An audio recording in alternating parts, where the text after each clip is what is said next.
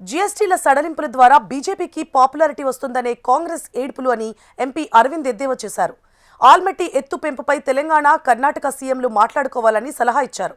స్థానిక ఎన్నికల కోసం సిద్ధంగా ఉన్నామని తెలిపారు.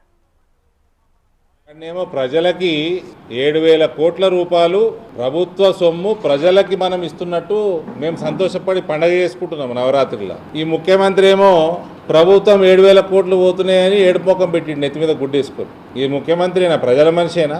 ప్రజల మనిషి మాట్లాడాల్సిన విధానమేనా? నీ నియత ఏంది? మేమేమో పండగ చేస్తున్నాము. 2 లక్షల కోట్లు తగ్గుతున్నాయి మాకు కేంద్ర ప్రభుత్వానికి. మేము ఏడుస్తున్నామా పండగ చేసుకుంటున్నామా?